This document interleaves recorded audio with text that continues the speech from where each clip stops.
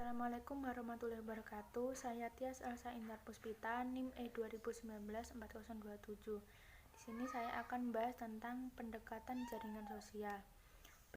Berdasarkan literatur saat ini, Powell dan Smith-Dorr membagi pendekatan sosial menjadi dua bagian yang dapat memahami jaringan sosial yang ada di masyarakat, yaitu menjadi pendekatan analisis atau biasa yang disebut dengan pendekatan abstrak, dan pendekatan perspektif atau yang biasa disebut dengan pendekatan studi kasus. Pendekatan analisis atau biasa disebut dengan pendekatan abstrak terhadap jaringan sosial ini menekankan pada tiga analisis abstrak. Yang pertama yaitu pola informasi organisasi, yang kedua yaitu jaringan juga menekankan pada di dalam organisasi dikonstruksi, yaitu berarti pendekatan ini memperhatikan dari segi-segi normatif dan budaya di lingkungan, seperti sistem kepercayaan, hak-hak profesi, dan sumber-sumber legitimasi, dan lain-lain. Pendekatan analisis ini juga sebagai suatu alat formal untuk menganalisis kekuasaan dan otonomi.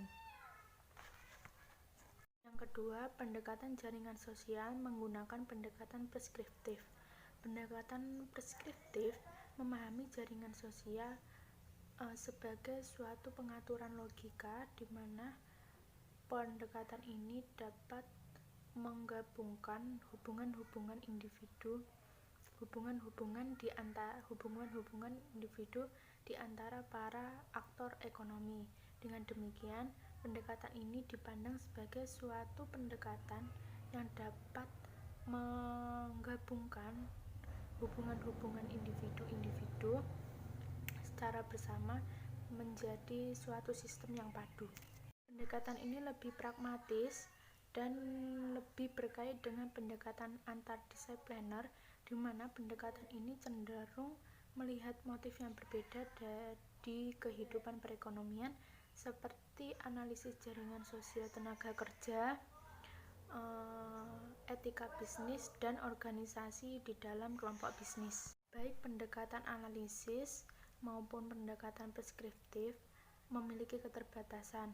Pendekatan preskriptif atau pendekatan studi kasus lebih memfokuskan pada sejarah daripada kemungkinan lain.